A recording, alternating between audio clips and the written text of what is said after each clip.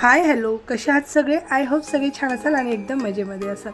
आजच्या व्हिडिओमध्ये घराची जी आपली डीप क्लिनिंग असते त्याच्यामधल्या काही 5 गोष्टी ज्या आपण नेहमी 8 ते 15 दिवसातून करायलाच पाहिजे या गोष्टीची क्लिनिंग ते मी करते। तर मी आज तेच या व्हिडिओमध्ये शेअर करणार आहे।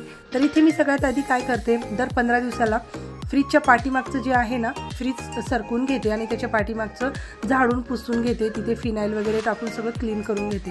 फ्रीजच्या पाठीमागं भरपूर असे कॉकरोच सुद्धा होऊ शकतात, तिथे जाळ्या होतात, म्हणून दर 8 दिवसाला नाही जमलं तर फ्रीजचं मागून पुढून सगळीकडून ना 15 दिवसाचं तरी आपण रुटीन ठेवायलाच पाहिजे। आणि सुट्टीच्या दिवशी तर इथे मी संडेला करते, कारण संडेला घरी असतात मिस्टर, मुलं सुद्धा घरी असतात, त्यांची सुद्धा मदत होते आपल्याला, म्हणून सुट्टीच्या दिवशीचं हे रुटीन ठेवायचं। आणि सकाळीच उठल्या मी हे कामं करत असते। आणि सकाळी उठल्या पाणी येतं आमच्याकडे 7 वाजता। पाणी आल्यावरच मी मशीनला काय करते, कर्टन सगळे काढून ठेवते, पडदे, आणि ते मशीनला लावते।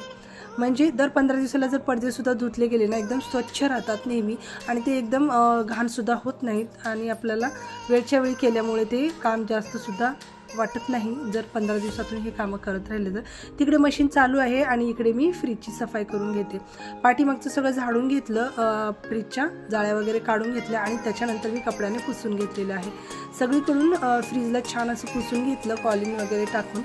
आणि आता आतमधून तर फ्रीज मी साफ करून घेतच असते, तर जी पाठीमागचं जी जागा आहे त्याची साफ करायची ते मात्र मी 15 दिवसातून मी काढून ते करतच असते, त्यामुळे जास्त असा आपला पसारा राडा होत नाही। आता दुसरी गोष्ट जी आहे ती म्हणजे हे कर्टनसुद्धा मी धुवून घेते, जे बेडशीट्स, उशीच्या खोळा वगैरे त्यासुद्धा, आणि पंखेसुद्धा वरचे फॅन साफ करून घेणं, हे घरच्यांची आपल्याला मदतसुद्धा होते, त्यांच्याकडून आपण करून घेऊ शकतो। आणि इकडे मी शू रॅक, ते सुद्धा महत्त्वाचं आहे। तर तिसरी गोष्ट, शू रॅक आपला जो चपलाचा स्टँड आहे त्यामध्ये आपण बाहेरून चपलं वगैरे वापरून आलेले मुलांचे शूज वगैरे आठवड्यातून 15 दिवसातून त्यामध्ये घाण वाससुद्धा येतो, चपलाला माती वगैरे लागलेली असते, आणि ते सुद्धा साफ झाडून पुसून सुकल्यानंतर सगळे चपलं बूटं वगैरे मी लावून ठेवते।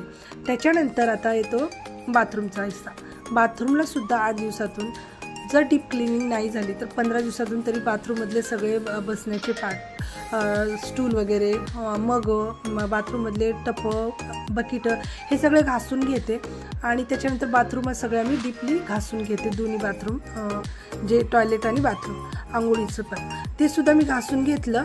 आणि सकाळीच पाणी आहे तर घासून घेते। त्याच्यानंतर मी जे आपल्या पाय पुसण्या आहेत त्यासुद्धा भिजत टाकल्या, आणि आधी कपडे धुवून घेत आहे, जे आता मशीनला मी बेडशीटी आणि पडदे वगैरे लावले। तर इकडे आता मी मुलांच्या मिस्टरांच्या आंघोळ्या झालेत, मी आंघोळीच्या आधी हे सगळं करून घेतलं, कारण सगळं आंघोळलं होणार, आणि त्याच्यामुळे आता माझी आंघोळ नाही झाली तर मी आधी मुलांचे वगैरे कपडे हे हातानंच धुवून घेत आहे।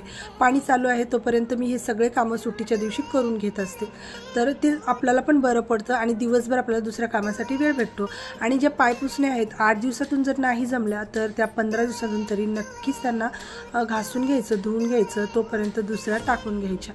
तर इथे ऊन सुद्धा चांगलं बाहेर पडलेलं आहे। व्हिडिओ आवडला तर प्लीज व्हिडिओला लाईक करा, शेअर करा, आणि सबस्क्राईब सुद्धा नक्की करा। Bye bye.